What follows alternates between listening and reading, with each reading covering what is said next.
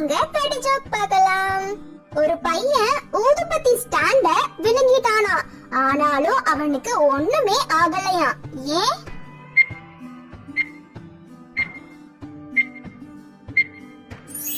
ஏன்னா அவன் விழுங்கினது வாழைப்பழம். வாங்க கடி ஜோக் பார்க்கலாம். ரெண்டு பேரு ஒரு ஹோட்டலுக்கு போய் 4 இட்லி ஆர்டர் பண்றாங்க. அத சாப்பிட்டதுமே அவங்களுக்கு ஃபுட் பாய்சன் ஆயிடுச்சு. ஏன்?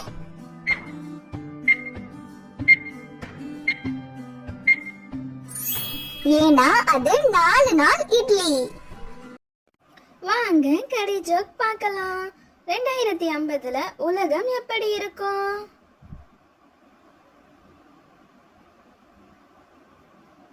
உருண்டையாதான் இருக்கும்.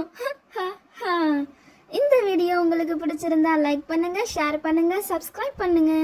தேங்க்யூ.